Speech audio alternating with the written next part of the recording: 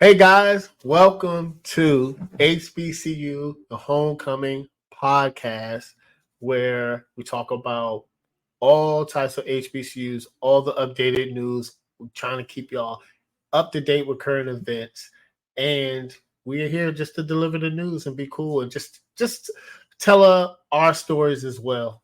But yes, once again, what's up, Rose? What's Oh, going on, also, you JP? can follow us all at everywhere you get podcasts at There we go. Apple, Spotify, Google, Uh, and iHeartRadio. iHeartRadio.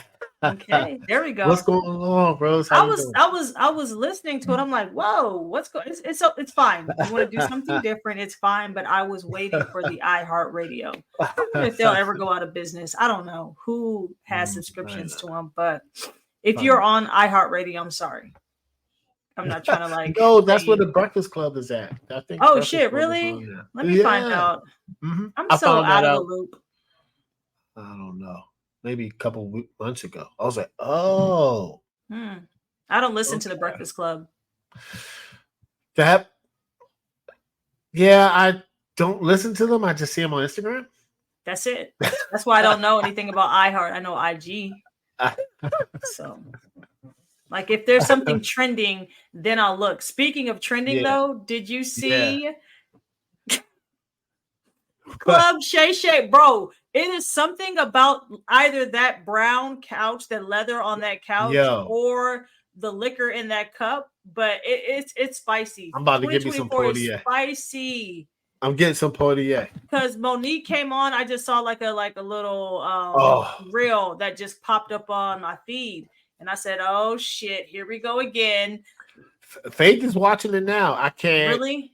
Yeah, I want to watch it. I watched snippets of it, but I'm gonna watch it. I But will you know, too. I'm I've gonna been. see what she's saying because I Yeah, always wondered what happened to her, and I heard like yeah, rumors about her being blackballed, and I yeah, always was like, what happened to Monique? And yeah, there were other like snippets of her acting crazy or kind of just like looking like, she's going through it. But for me, I know in Hollywood, like looks can be deceiving. So I try not to judge anybody and I want to hear what her story is and why she is where she is. So I am excited to listen to that interview whenever I get a chance. Hopefully it's not yeah. another 4 hour interview because I ain't got time. I think it's about three, two and a God half, three. damn. Yep. Most of Shannon Sharp interviews that long. You know, some. Well, they've been getting longer. They've been getting longer. I'm not gonna Because the lie. They've tea been getting is longer. like They've getting been longer. poured out, like Yeah. for I don't real. And think. I he's don't just think on the Country Wayne couch, was that long. huh? I don't think Country Wayne's was that long. I don't think. I Oh, don't think it was very yeah, I long. don't know, but he's on that couch, super just flabbergasted. He don't know what to say. He's just drinking. He looked at Monique and was like, "Nobody else is coming on this show between you and Cat Williams. I why they not coming on this show, bro? Like y'all are cutting up. It's February. We just hit February We just hit February in early. 2024, and it's off the chain. I'm gonna be honest. It hasn't even reached summer yet, so this summer is gonna be off the chain. This summer is gonna be off the chain. It has to be. They're setting the tone. It Rose. Cat Williams was at the beginning of January. Monique is at the beginning of February. It hasn't even got hot yet. Still When it gets cool. hot, Still temperatures cool go outside. up. People start And cutting up. You already know what it is. You already know. actually, I can't wait. I actually cannot wait. There are two seasons that living in the hood in DC, it'll keep you on your P's and Q's. The first one, obviously, it's the holidays, right? Yes. People are getting Yeah. robbed left and right. I've seen it with my Gotta own be eyes. I'm careful. like, Yeah. whoa, Me too. whoa, Yeah. head on a swivel. I'm Gotta be not careful. like if I have stuff where I've shopped, I'm taking an Uber or Lyft. Ain't no way I'm getting on nobody's Hmm. bus or train. No. Hell no. No. So that's number No. one. Second time of the year, summertime. When it gets It's really off the hot, chain summertime. bro, when it gets Off really the hot, chain. it gets people get out of their mind a little bit. So yeah, I'm excited for both of those. For at least the summertime. I ain't gonna say the wintertime. I'm definitely excited Well, for the summertime. you gotta give it this though. In DC, 4th of July is bomb though. It's bomb. I give it that. I don't know. I mean, Washington D.C. as a whole. I was on Yes. Alabama Avenue. I felt like it was bombs over Baghdad. I thought I was in a war zone. That shit was It was. very anxiety ridden. I go outside. These kids are chasing each other, shooting each other with Roman candles. My cats are going crazy because of the sounds, thumping, explosions. I didn't know what was going on, JT. I didn't like it. Okay. I'm not gonna lie. It is loud. It is very loud. I don't like it because I used to live right around from Alabama Avenue. You know where it was at.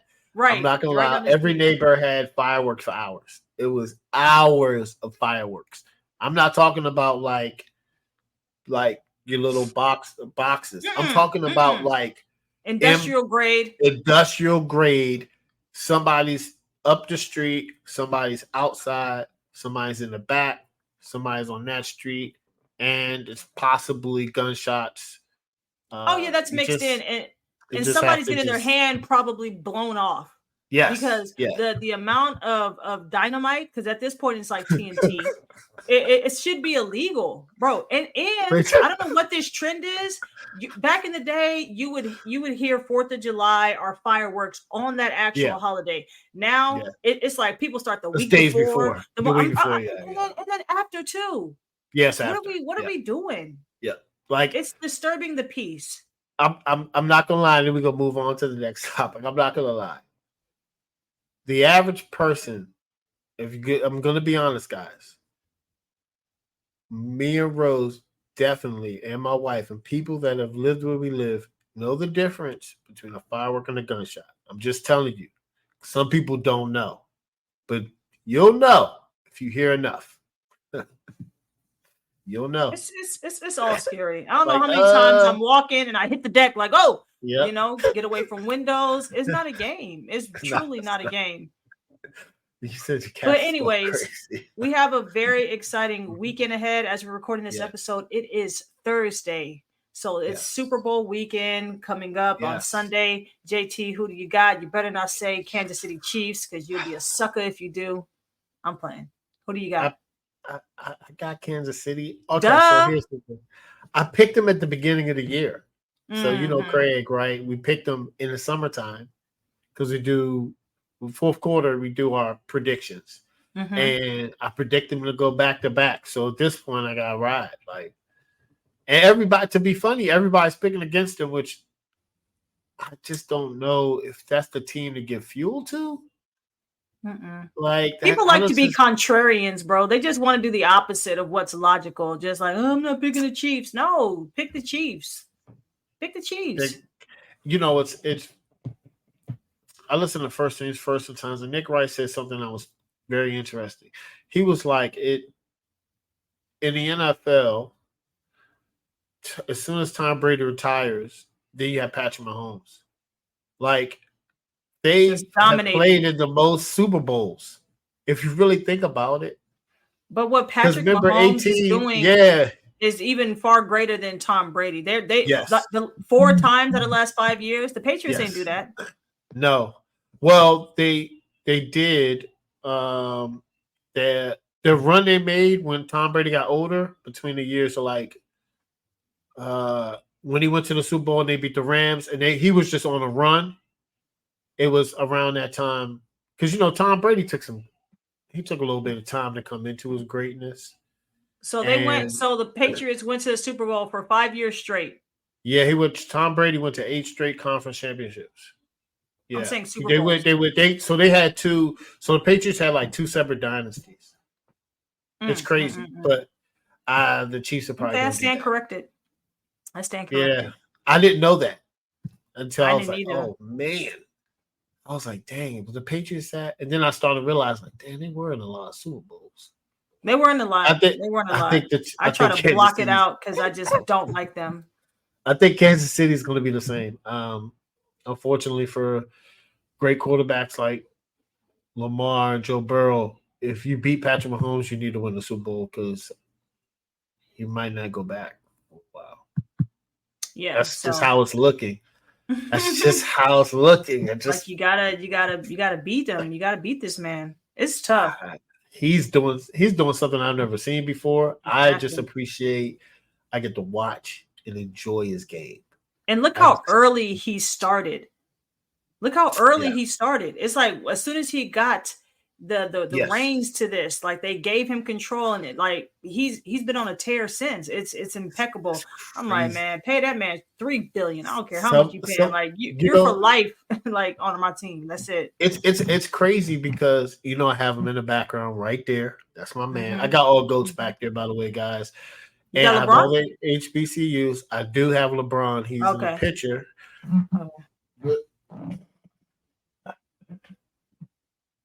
Come on, man. Come on.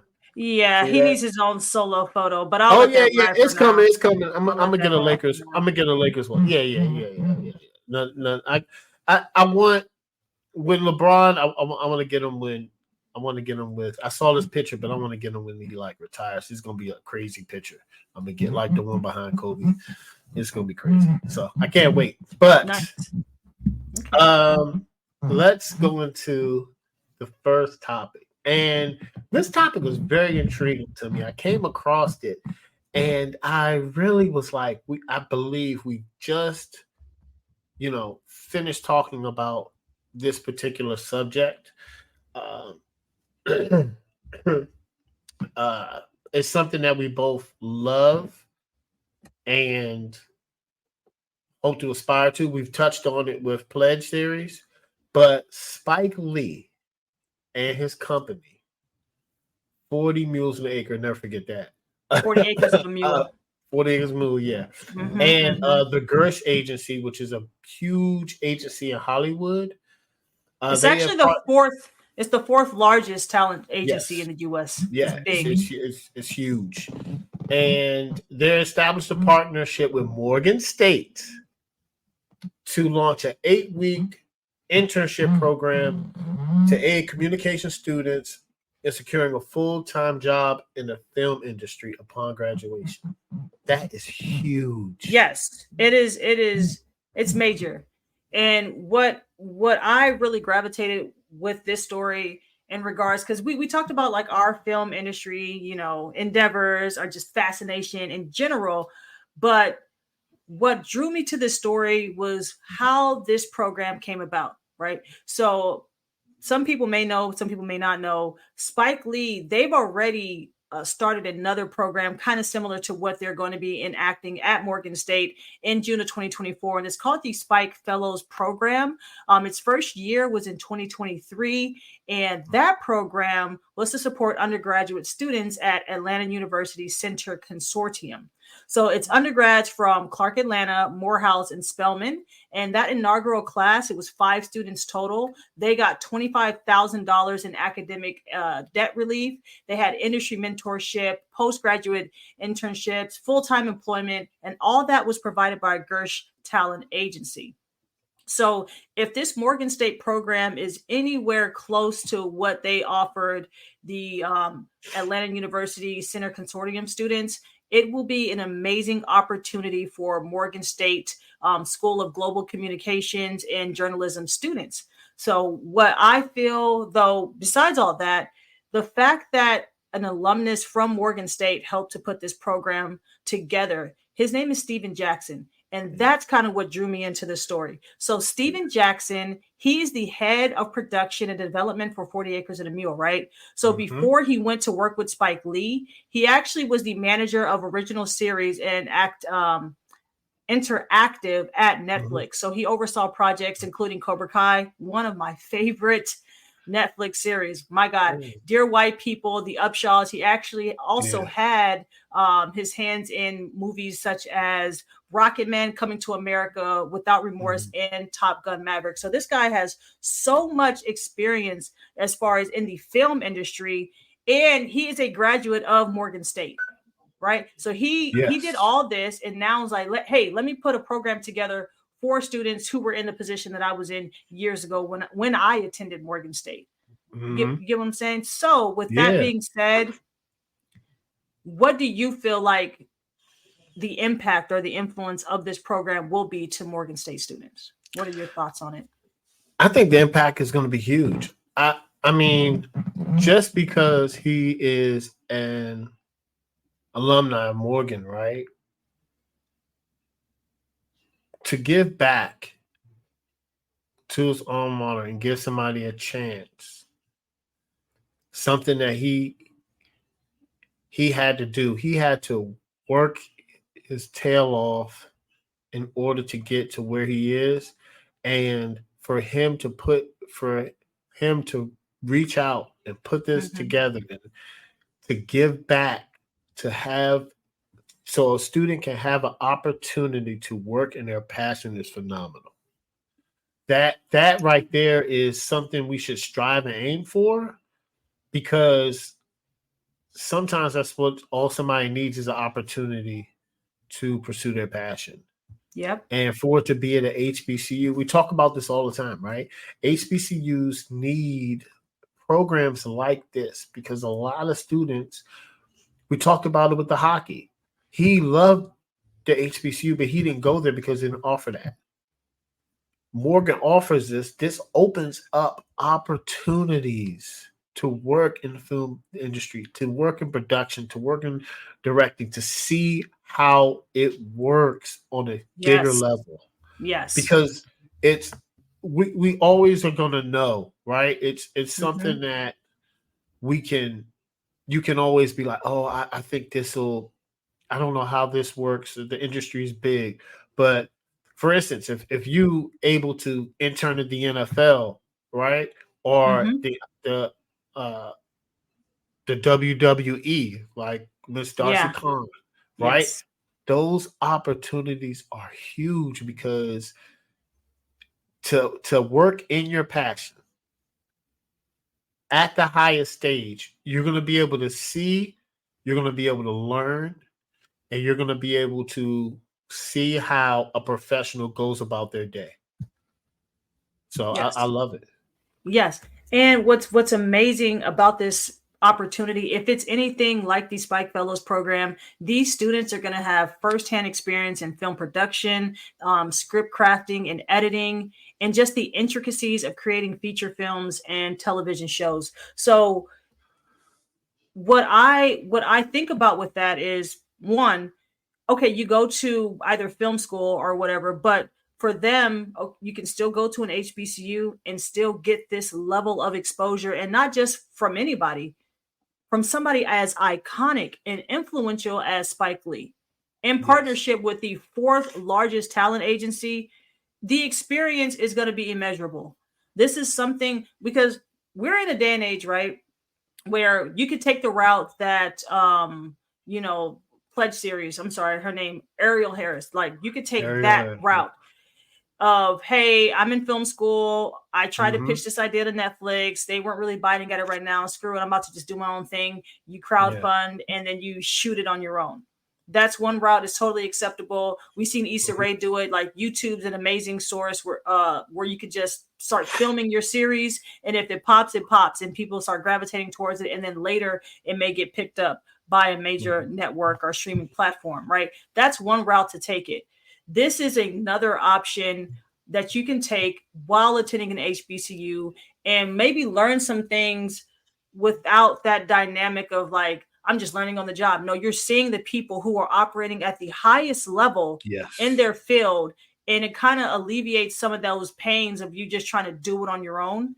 You get what I'm saying? Like, somebody's literally hand in hand. Hey, this is how we get stuff done. This is the equipment we use. These are the procedures. These are the steps, like everything. That's where it's like, it's mind blowing.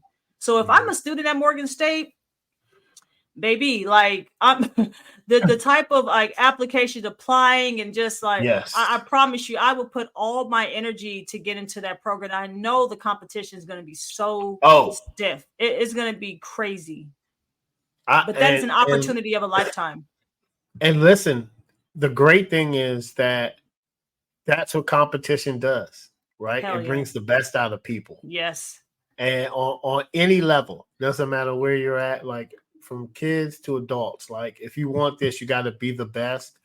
And when it's a competition and you put your best enthusiasm and intent behind your purpose, so that way you're going to achieve the highest because you're giving your best. Because it's not like, oh, well, I'm just, going to class. It's like, it's 100 of us in here. and they're picking 8 people. How can I become that 8th person? Or I don't know the exact or 5, 1, who or knows how many 5. they're picking? Or Yeah. how can I get that spot? I'm going to stay up the extra hours. I'm going to work my butt off. Yes, I'm going to very always motivating. ask questions. It's motivating. And then that's, when you put intent and enthusiasm and purpose, you get the best results. Hell yeah. The other thing that I liked was, even though they're not from the same generation, right? Spike Lee was born in the 50s, still though an alumnus of Morehouse. Sorry, he's an alumnus of Morehouse. And then you take another alumnus of Morgan State, and they're able to come together, work together. I think that is so beautiful. We were talking about Eastside Golf last week on our episode. So it's one thing to just create and develop something solo as a HBCU graduate. It's another thing where you get other people involved, and especially from a different generation, from a different college, and y'all are able to come together and make something this impactful. It is awe-inspiring. It's amazing.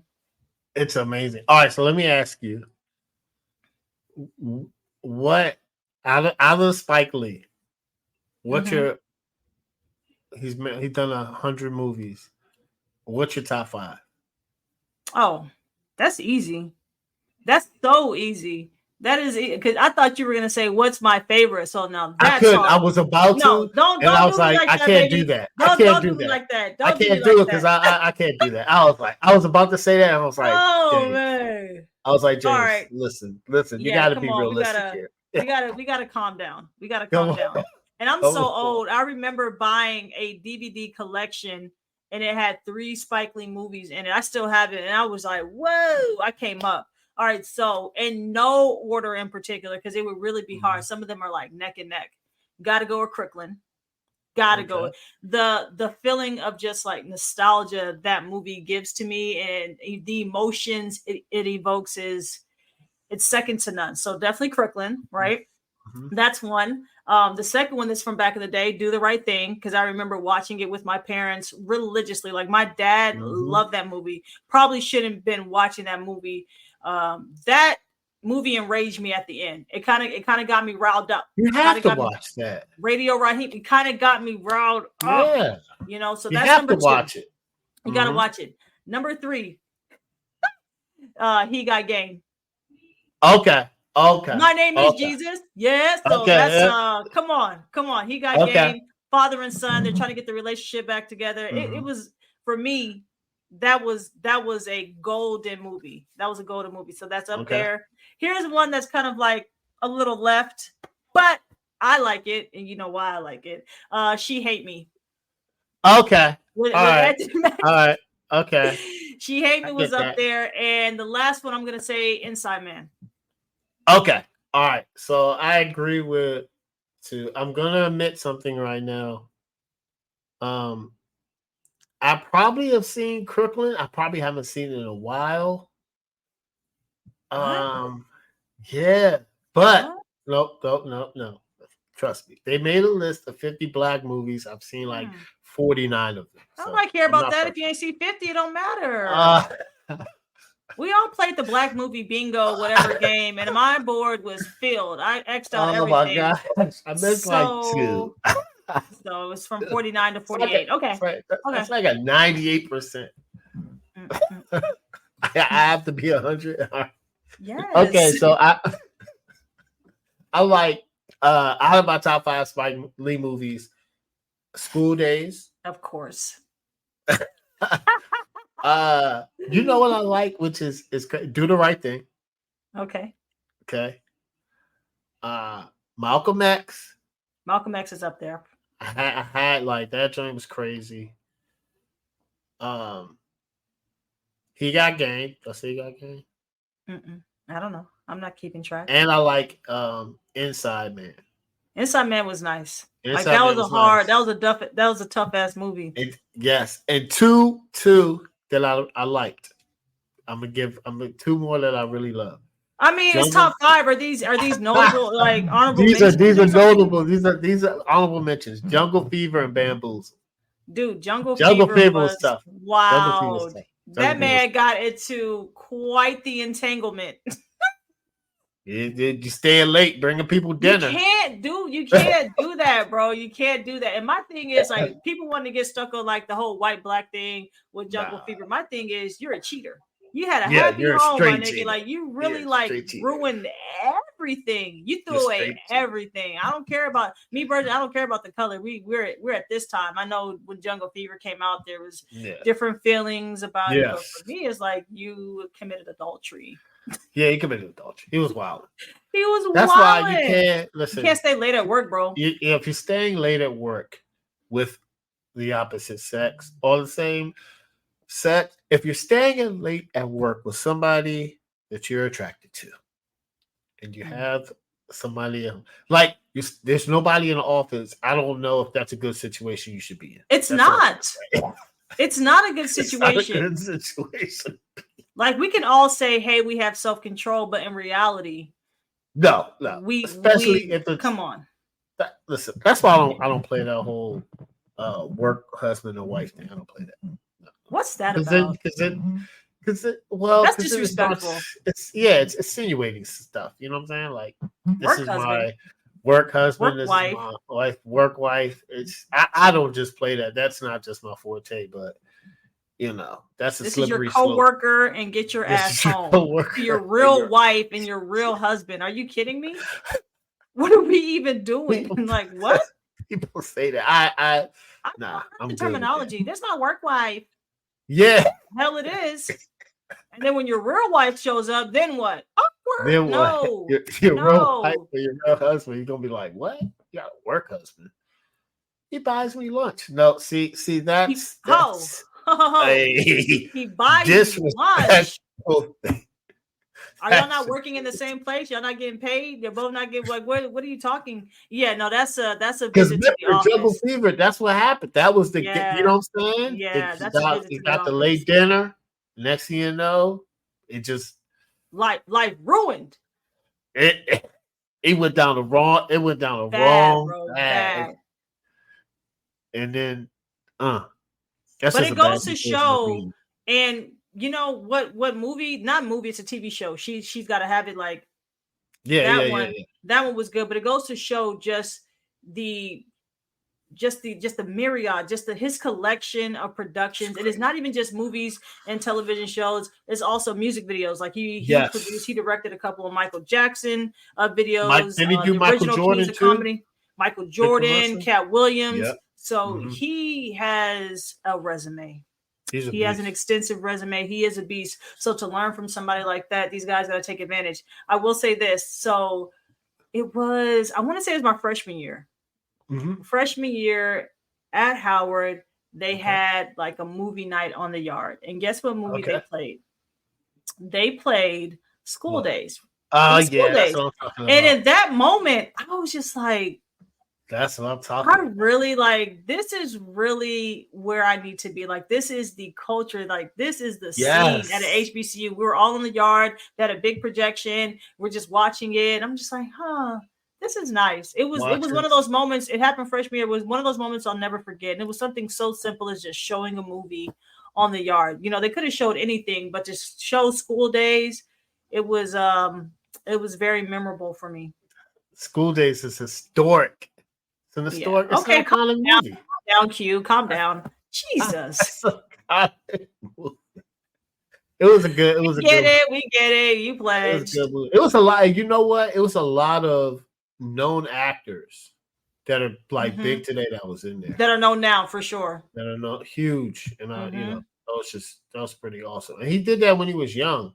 And yes, you know what's interesting? Like it was crazy. What's very interesting is School Days actually premiered 36 years ago on Monday. So Monday will mark their 36th anniversary because it came out in 1988, I believe. Yeah. So when this episode is released, just remember School Days was released in theaters in the 80s. It's pretty dope. Wow, that's a big thing. Over 3 decades ago. But no, he was doing this thing at a very young age. Like, he was in his like late 20s, early 30s when he's making a lot of these films. So really put that into perspective, you know? Yeah, and shout out to the Morgan students. He probably was like around that age, because I know with his company, he started his company as soon as he left Morehouse. Like, this is my company, I'm starting it, and it's been running with it ever since. Mm-hmm. You know, the lesson in that is go for your dreams. Go for your dreams, go for your passions, and speak it into existence, and just keep trying, and don't give up. Especially in an industry like film, where it is a thing. Like, there's so many celebrities that you know now that their parents were directors or their parents used to be actors, and you can kind of see like that was their path into getting their foot in the door. Not saying that that's every famous actor or actress now, right? Yeah. A lot of people did have to grind and to get to where they are, but it does help when you have those industry ties already. So you see a lot of like big name actors and actresses, Drew Barrymore, Angelina Jolie, the list can go on and on as far as like their parents helping them with that. So I believe that this can kind of be one of those, you know, gap fillers for how do I get from where I am, where nobody knows my name, to a place like, you know, Hollywood or even New York, wherever, because you can do it wherever, but more importantly, you know, Tinseltown, and make my mark. So I'm very excited for that. I'm very excited for those students. I mean, it's awesome, man. And I love he's doing it at HBCU. So what other place would he do it? Yeah, that's true. Exactly. That's good. I just love he's doing it at Morgan. And I hope, and I'm seeing this more often, that schools are adding majors and sports programs that are important to Black people. And I love that. We definitely need more representation. Film industry. And not just in front of the camera, behind the camera. Like, that's really what's important. Yes. Behind the camera. Producing, directing. Because then you get to kind of, you know, control the narrative, control your story and how it's being portrayed. Yes. And what the actors can say, and, you know, all that stuff. I mean, we can go down a rabbit hole with that one, but I'll just leave it at that. You know, I'll just leave it at that. It's very, very essential. It's very important. But speaking of the film industry, speaking of celebrities, recently we just got word that Rick Ross's son, William Roberts III, will be attending Bethune-Cookman. Okay, so he has committed. What I love about this story is he got so much interest from other Division I football teams, including the University of Miami, Texas A&M, Georgia Tech, University of Colorado, Syracuse, Ole Miss, University of Maryland. I mean, the list goes on. And he also got an offer from Albany, which is where his dad actually played. I was about to say, you know, his dad actually played, so they wanted him to play there. But at the end of the day, he still chose to go to an HBCU. This guy's a stud, like 6'7", 270 pounds, huge. And then the high school that he went to, they produce nothing but NFL players. They've actually produced the most NFL players of any high school in the USA. Yes. Okay. So how do you feel about not only him choosing an HBCU, but how do you feel like his presence at Bethune-Cookman will influence or help that football program? So so the first thing is the list of players that came out that high school is crazy. It's out of control. It's Michael Irvin, Giovanni Bernard, Nick Bosa, Joey Bosa, Asante Samuel Jr., Elijah Moore, James White. That's the most ever in the country. Like the most ever. You know, since 2012, they've had 18 players taken in the draft. So this is they know what they're doing. It's one of those high schools where it's like, if you play football, you should go there. That just is what it is. I think it's awesome because so I have ties to Fort Lauderdale because my dad, he wasn't born there, but he was raised there in Broward County. Funny story. So I was like, did my dad go to St. Thomas Aquinas? Because I've heard of it, right? I've heard of it because, I spent summers down there. And I texted him. He's like, nah, I went to Nova. And yes, Dad, you made the podcast again for the 18th time. him and my aunt went to Howard. I say it all the time. But he went to Nova. And I guess it's like in the vicinity and close. But I'm probably assuming he probably went to Nova because of districts.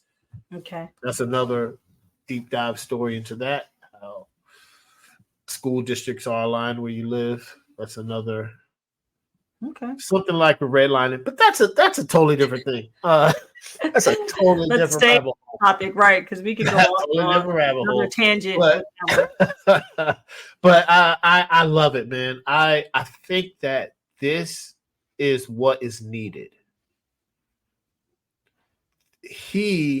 Because he's so highly recruited, it's kind of what Shedeur and Travis Hunter did, but that was because of Dion. This is kind of like this. I think it's more groundbreaking than that. I think that he's setting the tone, especially I have a feeling he's going to ball out. He's going to go to the draft, and he's going to get drafted from Bethune-Cookman. I'm speaking into existence. He's going to be a first-round pick drafted from Bethune-Cookman. And at that point in time, everybody's going to remember this moment that he said, I'm going to Bethune-Cookman, an HBCU, and he's going to get drafted so other players can follow his footsteps. Yes. So I hope he goes. And see, I already know him. He's going to stay. He's going to stay. He's going to ball out, and he's going to get drafted. He's going to get drafted. Oracle. Boom. 3 years from now, Bethune-Cookman, first-round pick. And then at that point, when the draft scouts are coming to Bethune-Cookman, it's going to be crazy. It's going to be insane. The coverage is going to be insane, and that's what HBCUs is going to need it. And when he's on there, they're going to be like, why you picked the HBCU? He's going to tell them how much it means to him, how important it is, and other players going to follow. I think it's I think it's to be honest, I think it's bigger than Dion because Dion got Shedeur and Travis to go there. And yes, Jackson State, Dion balled at Jackson State. He did his thing. But this kid, this young man, not a kid, sorry about that. He's a grown man. This grown man, he said, you know what? I'm going to go to an HBCU. That just speaks volumes. It does. I think it's groundbreaking. I think it's groundbreaking, but I disagree with you. I disagree with you on a lot of things. First of all, like you didn't projected yourself 4 years in the future. You need to relax. Yeah. I was just asking about the next season. They went 3-8 last season. I was just trying to see what him and the other old linemen that were recruited would do and help maybe, I don't know, go 500. You went all the way to the moon, my nigga. Like, God damn. What happened? I'm just listeing like, sometimes you gotta make the jump. This guy sees it all.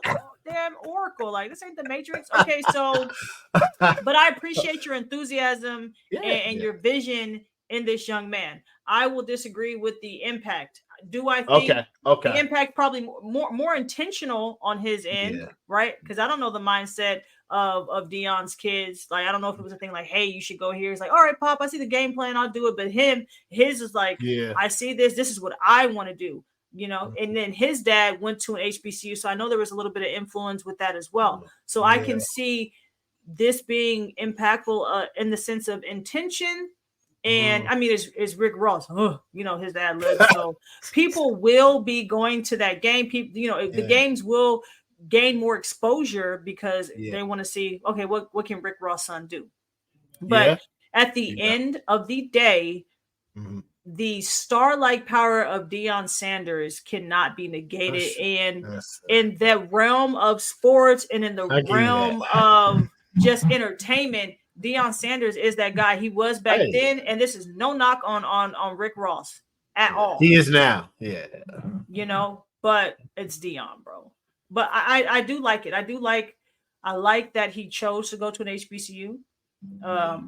We talked about he could have went to Colorado. He could that would have been wild, and he would have got a lot of exposure from there. But he's kind of forging his own path by going to Bethune. So I'm very excited. And it's just showing a trend that we've touched on in one of our earlier episodes of the popularity growing with HBCUs and giving some of that credit to the George Floyd incidents. But since 2020 and beyond, there have been a number of celebrities' kids that have went to HBCUs. I mean, the list is crazy, right?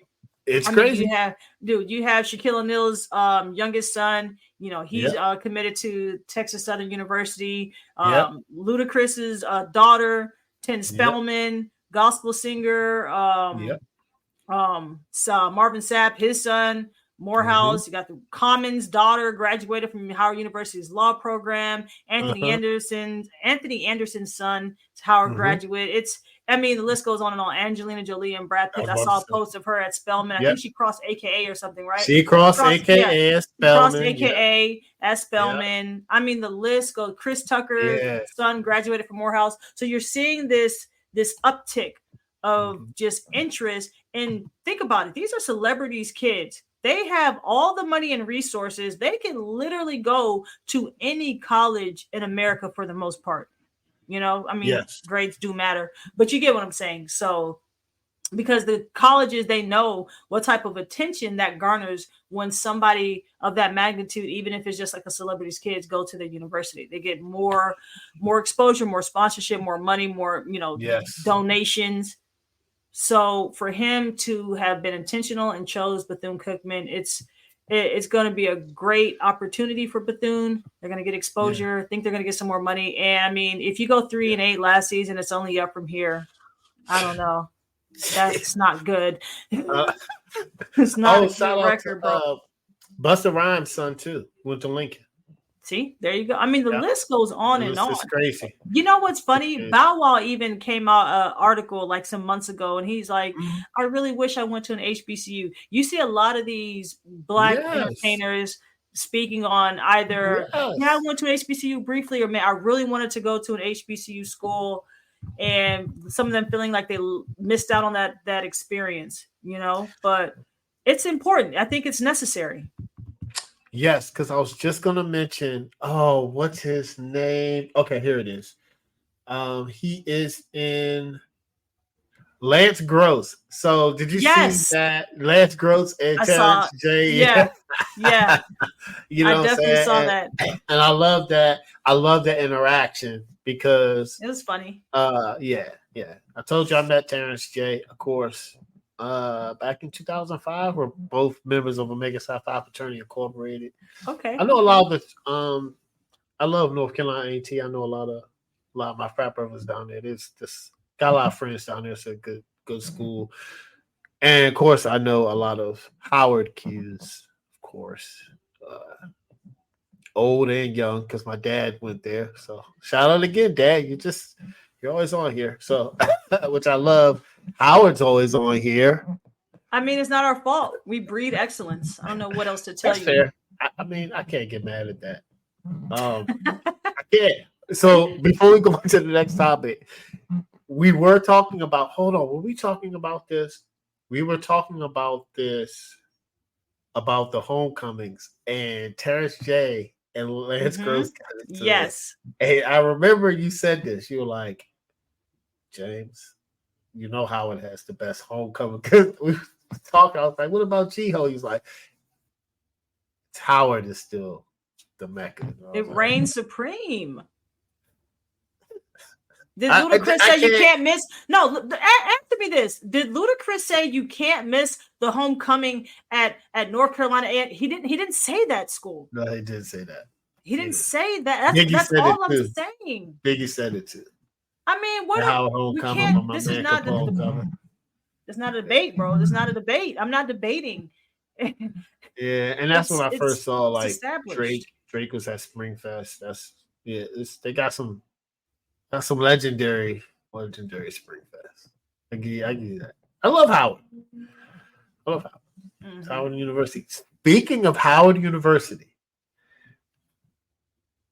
there's actually a young lady who is from New Jersey, and her name is Elise Richards. And she actually, during the pandemic, she said, you know what?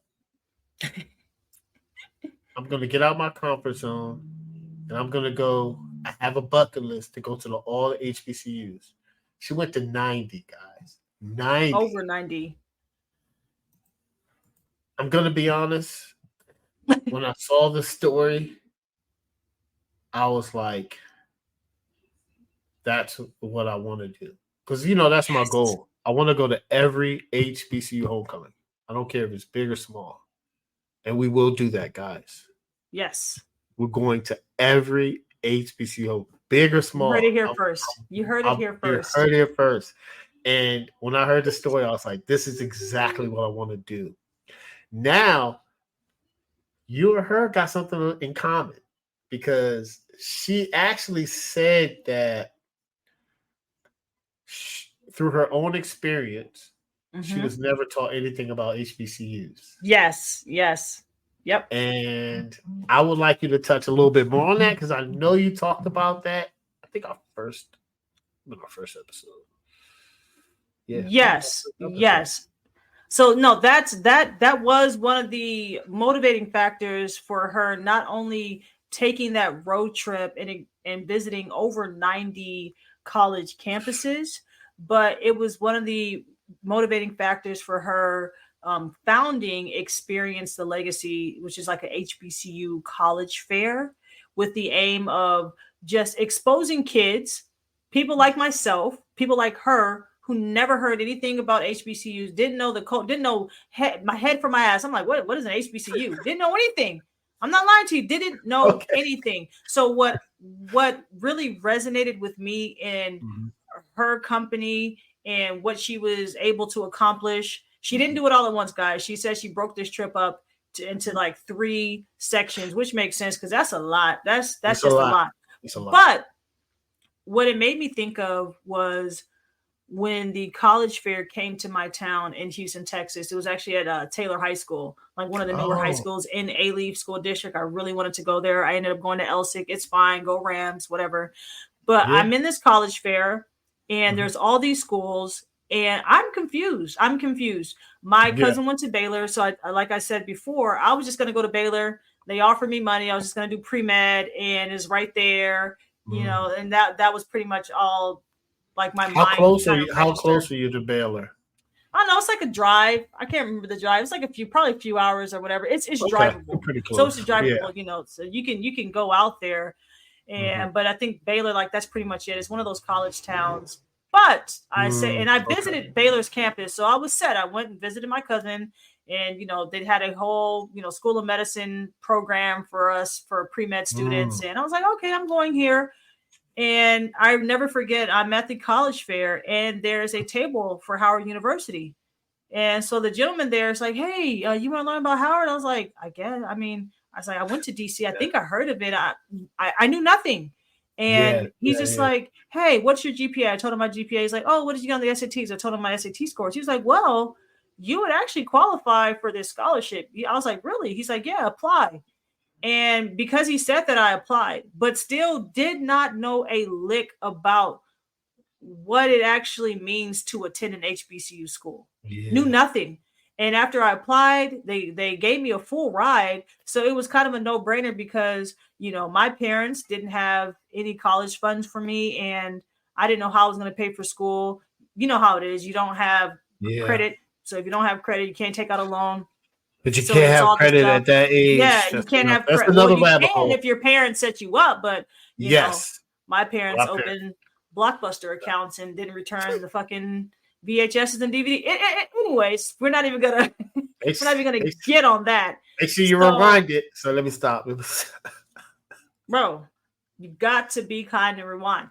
But anyway, so I apply, I get accepted. I tell my stepmasters, because I was on the step team in high school. They were elated when I said, "Oh yeah, I think I'm going to go to Howard because they accepted." And they were like, oh, "Howard!" One of them was an AKA, the other one was a Delta. That's where we got a lot of our steps from. And Yeah. they were so happy. So when they were like reacting like that, I was like, oh, okay. So this is a good choice, because they were people that I looked up to as far as like just strong, educated Black women. Right. Yeah. So I go to Howard University, and when I say, my gracious, I was like, what have I stepped into? To this day, I will say one of the best decisions of my life. So what it makes me think of, I say all that to say, I could have easily not went to Howard. If Baylor offered me a full ride as well, because Yeah. their tuition was very expensive, I was still, even with the Yes. amount of money they offered, I was still Can only 20K imagine. short. If Baylor offered me the same amount that Howard did as far as a full ride, I could have easily went to Baylor and missed out on one of the most impactful and just life-shaping experiences of my life. So the fact that Elise Richards kind of recognized this and realized, like, man, these kids don't know what they're missing. And you can miss out when you don't know something that valuable exists. So her mission is something that needs to be spoke about, something that needs to be shouted about, really. Donated everything, because not only does she put on these fairs, college fairs for like her community, Yeah. she also is not the typical fair. Like, she'll bring in the different fraternities and sororities. She's trying to let them see, like, this is what it feels like to go to an HBCU. And how can you not now go to school as or go to an HBCU as a high school student? You're on the fence, like, man, I don't know if college is for me. Do you see this environment? Do you see like how inviting it is? Like, how can you not? If you value higher education, how can you not just go to an HBCU? So I love what she's doing. I appreciate what she's doing, and this is something that's necessary. And I truly hope that it's something that people can build upon and really pour resources into, to make sure that it is at every high school in America eventually, to where no kid is left out, especially in underserved communities. Yeah, and I like it because she has a nonprofit called Experience the Legacy. So, man, that's awesome. That's awesome with your story and how you and her story aligned, and it's awesome that she has a nonprofit, and then you're doing this, right? So it's kind of like, so people that don't know about HBCUs, they can draw from this and draw from that story and start doing their research to learn about it. Yes. And that's awesome. Because I'm on the opposite side where it's like, right. Like I love my family, but on my dad's side, that's like a measurement of like success. Like, so my great aunt went to Howard, my other great uncle went to FAMU, and my dad and my aunt went to Howard. My other aunt and uncle met at med school in Howard. My cousin went to Howard. My cousin and his wife, she went to Spelman, he went to Morehouse, and they met each other. Crazy. What a love story. So it's like he's a Q as well. And then okay. And then had to throw that in. I love it.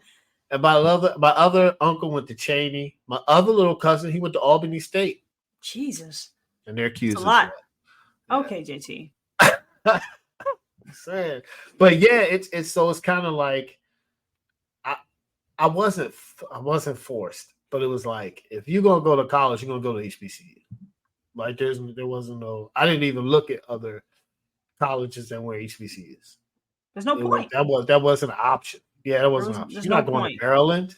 You're going to Bowie, Howard, Coppin, Eastern Shore, Clark. You're going to HBCU. If you wanna not be around. So that was my parents' thing. Listen, if you want to go, you can travel to go to HBCU. You can go to Atlanta.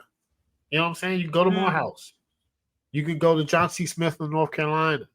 You go to, like, it's so many options. You want to be 2 hours away? My little brother went to Eastern Shore. Like, you want to be down the street? I went to Bowie. You want to follow your legacy? Go to Howard. Like, it's so many options. So, yeah. I probably should have, but I'm glad. I love that I went to Bowie State. BSU, we on it, baby. Okay. That's what's up. No, that's what's up. And see, you're an amazing story, an amazing case of people like who grew up around that influence of people that actually attended HBCU. So there was no guessing, or there was no unknown of what is an HBCU, what does that look like, what are the products of HBCUs. You knew. Yeah. And that definitely influenced your decision to go to an HBCU. Not like you were forced, but in the reality is like, why go anywhere else? For me, the only thing I can think of besides school days, which it didn't really hit me until I got to an HBCU, would be A Different World. That's all I knew growing up in the 90s.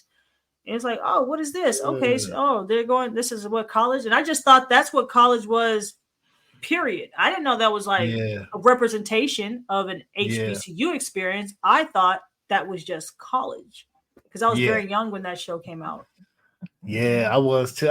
Oh man, it's a different world. Yeah, that was that. Did that show hit differently for you after you actually went to an HBCU? Did you look at it different? Yes, I looked at that differently.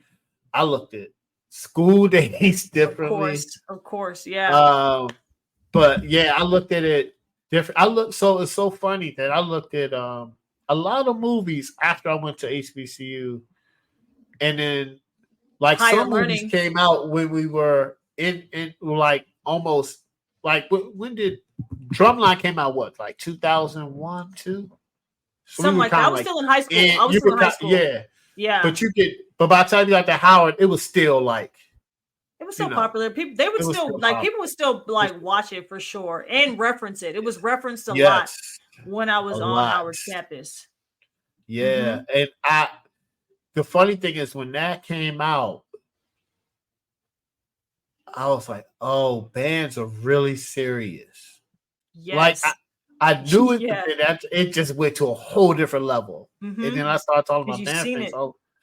They were like, yeah, James, we won't, when we battle another school, they won't leave. Like I've seen it. It's been torrential downpours.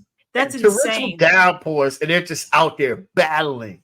Nobody else is out there. Football team is left. Oh, I was like, I'm in my dorm. Is that the band? That's crazy. Come on, let's go down there and see. And they were still just going at it. I love it. I was like, all right. The band is respect to the band. Yes. Shout out to my nephews in the band at Bowie State. So okay, Earl.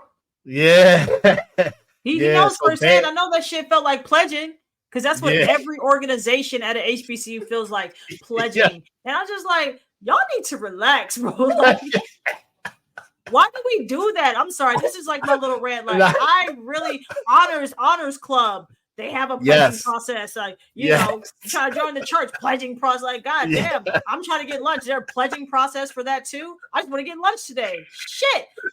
On a side note, we gotta calm that down. We gotta calm that down. I'm not gonna lie. That I've heard stories. Band is pretty tough.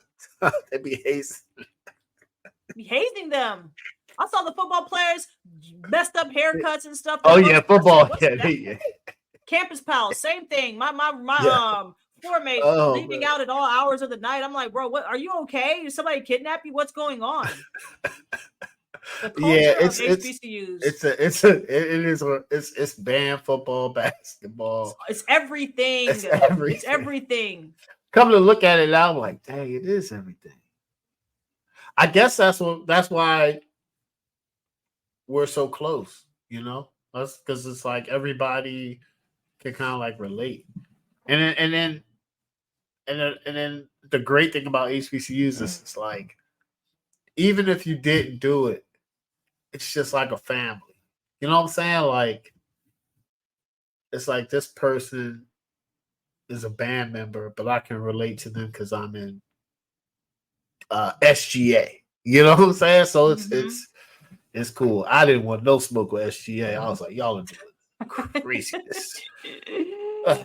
It'd be so many. I don't think people know that all the events at campus be SGA. It's just nah. I don't know. Some of my fraternity brothers in it. I was like, you must not be sleeping because you already have to do fraternity stuff, and then you have to do student government stuff and class. Nah, I'm good. I'm good. I'm good. Same thing with Mr. and Mrs. Either, Mr. and Mrs. Howard or, Mr. and Mrs. Bowie or Mr. and Mrs. Albany. They got to do a lot of stuff. You got to do a lot. Too much, man. I'm not. I mean, I commend those students who can do all that. I was a physics major.